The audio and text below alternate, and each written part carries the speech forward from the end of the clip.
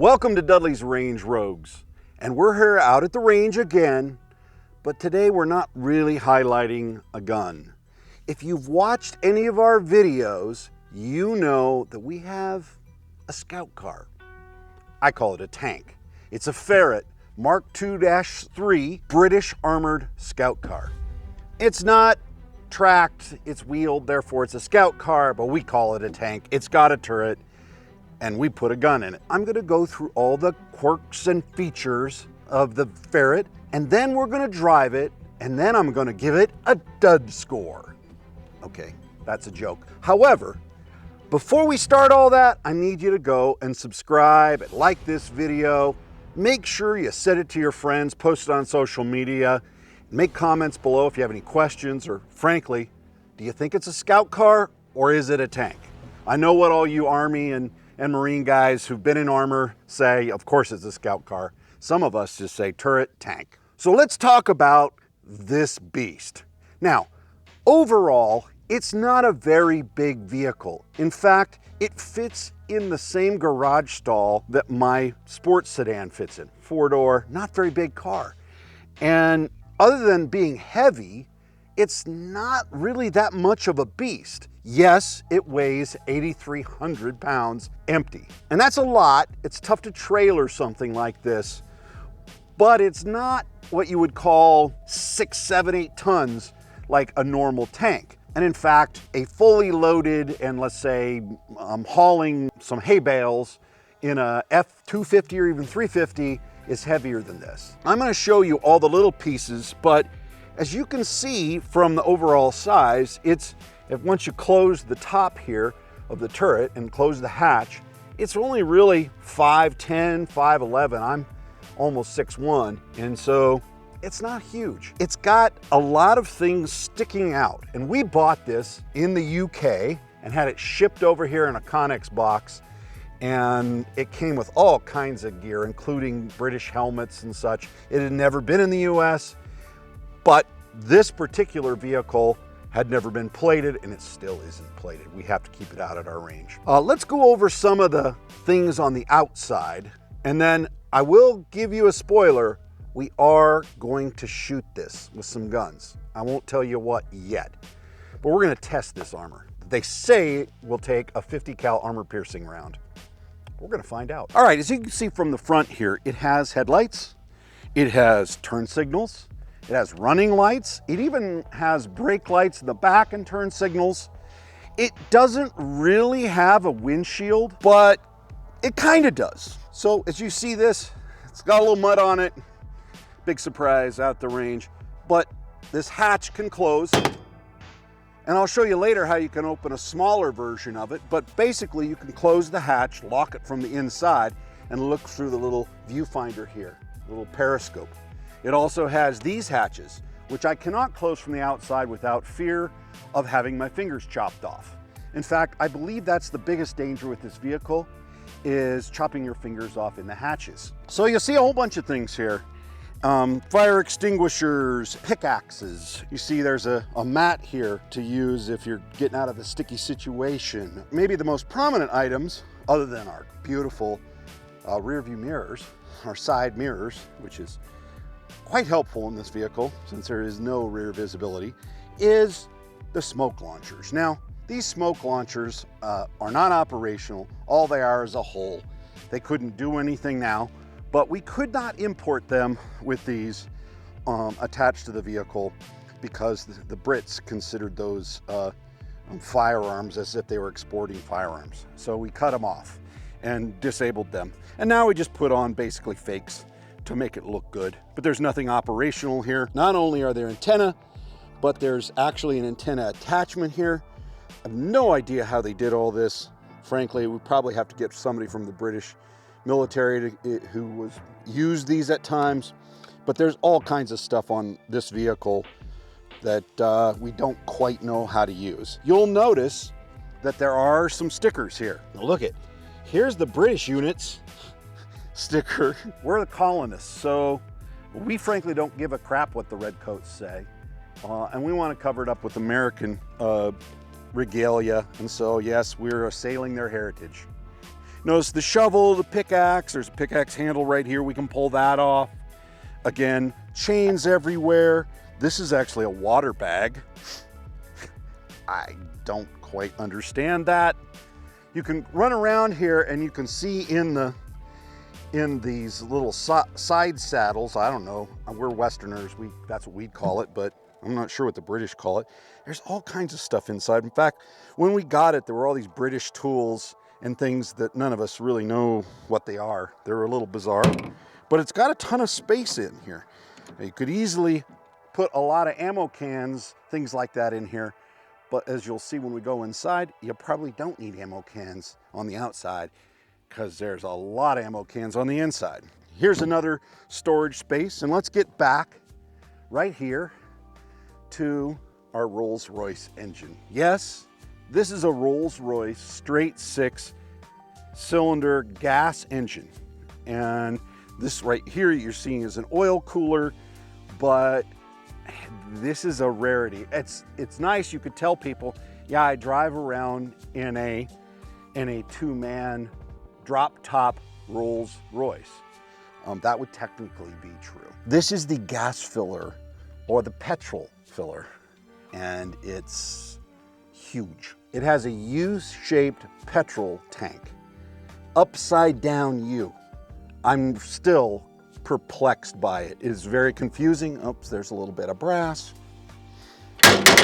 Now, you'll notice this is actually a place to attach a tripod. We got a surprise tripod with the vehicle when we bought it from the Brits.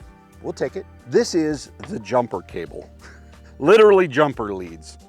It's the British military's jumper leads, and obviously they're not small. And then this actually goes inside. This is the bag I'll show you that catches the brass and links if you're shooting metal links so they don't fall on the driver's neck. Although that'd be a good trick to play on people. Now, here comes the tricky part, is getting in this beast. Because you gotta go really through the top of the turret. I'm not small, no one would call me small, but that is a trick for even short people because you gotta snake your way through the turret all the way down into the driver's seat. But I'll do that and show you the hatches. So, and I'm not young, so I'm not spry either, so. Okay.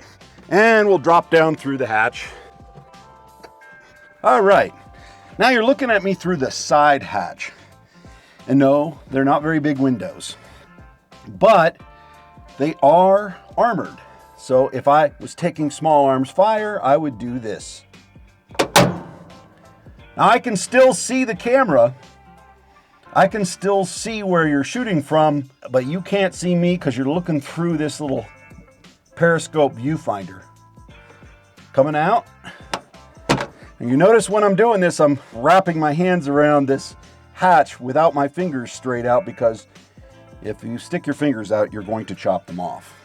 And that's very heavy. Now, that's with the hatch completely open. And you can drive it like this, but you probably don't want to most of the time because it's easy to hit your head. In fact, this vehicle is chock full of places to ding your pumpkin. It's almost impossible to not get knuckle dings and head bumps when driving this around in any fashion. And the other concern is if you're driving like this, you're kind of exposed, obviously.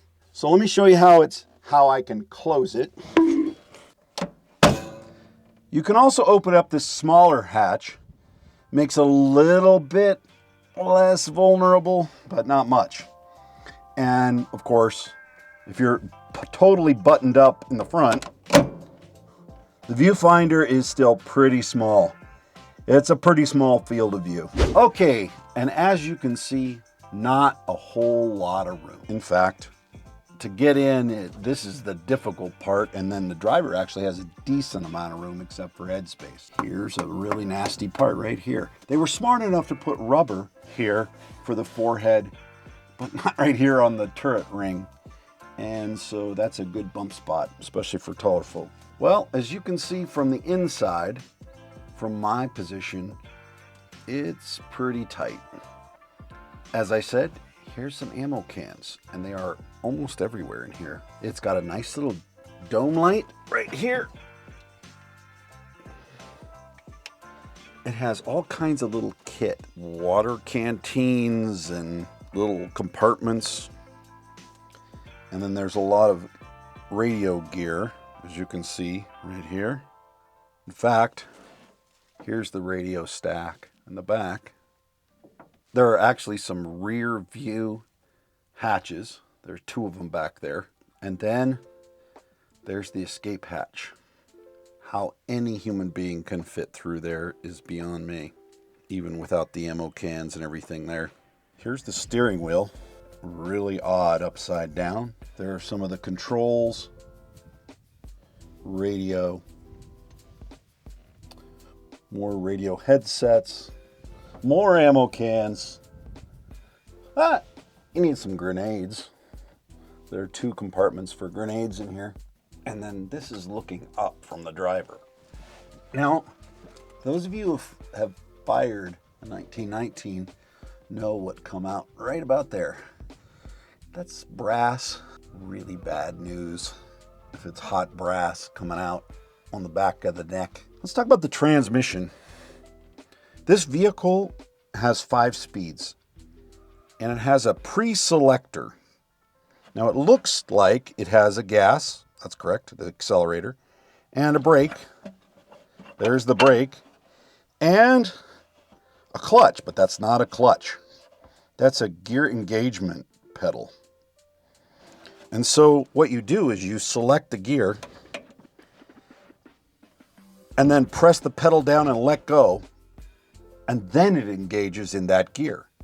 So if you're driving along, as we would be selected in 2nd gear right now, and then we wanted to go into 3rd, we would literally shift it into 3rd, and then I would press the gear engagement pedal down and back and let go, and it would engage it into 3rd gear as I let go.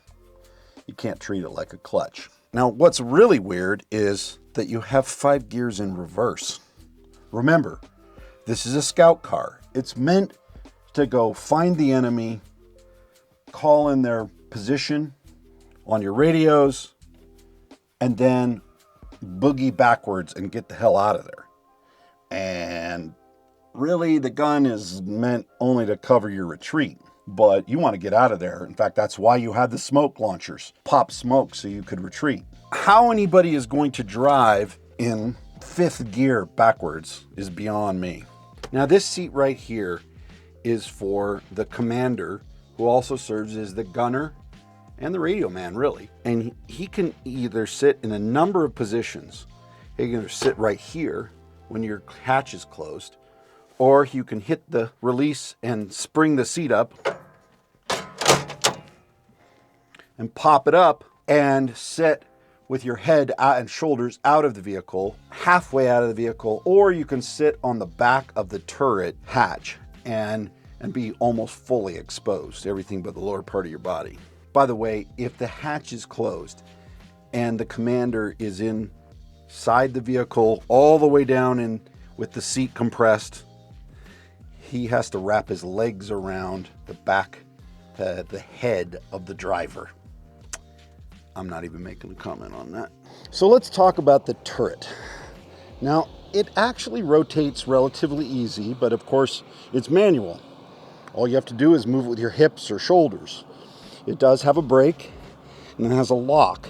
The brake works okay, but frankly, doesn't slow it down too much. The lock itself will just lock it in place. Now you can see that the iron sights on the vehicle would be used if you were sitting halfway up in the seat. If the hatch is closed and you're buttoned up, you're going to have to use this little periscope viewfinder to fire your Browning.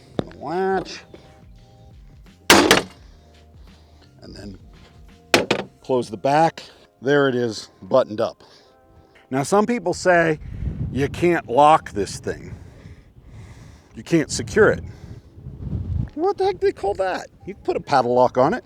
Okay, now that I've shown you around a little bit on the inside, Travis the Viking and I are going to jump in it and take it for a spin and maybe shoot some stuff. Shoot some stuff. Yeah, I mean, shut up and shoot, shut as up Dustin and shoot. would say. Top Learn shot that from Dustin. Bear with us because this is not an easy thing to master. driving And we're not vehicles. small people. So let's get in it and see how it works.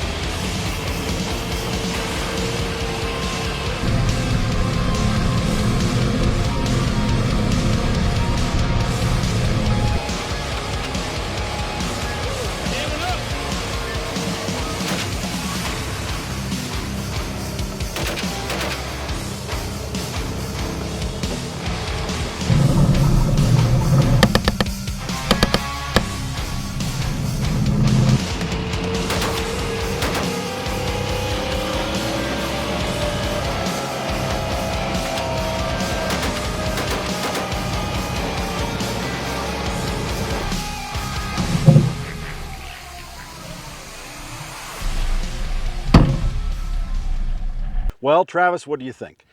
That was a trip. I mean, there's no doubt in my mind, a guy my size was not meant for this little tiny ferret.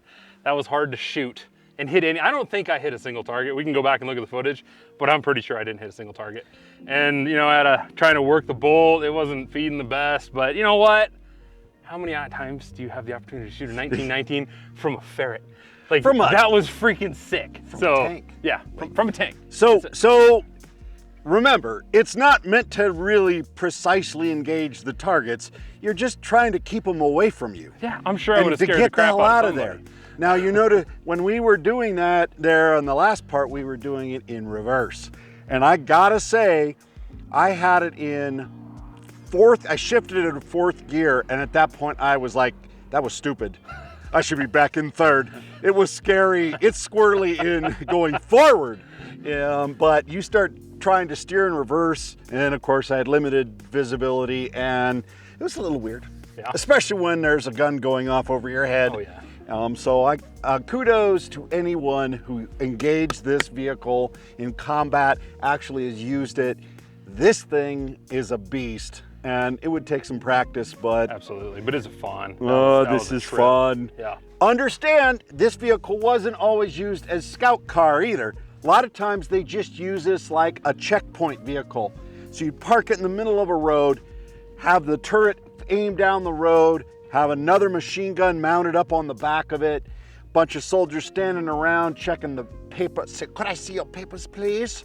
And basically checking Catholics in Belfast. This is essentially what it was for. And it was post-World War II, and so it was really meant for urban warfare, and that's the way the Brits used it. So, you're not gonna wanna miss the next video, because instead of shooting from the vehicle, we're gonna be shooting at the vehicle. You're not gonna wanna miss this, and we're gonna put Travis in it and see if he lives. So like, subscribe, share, make sure you're a part of the channel, because you're not gonna wanna miss this next one.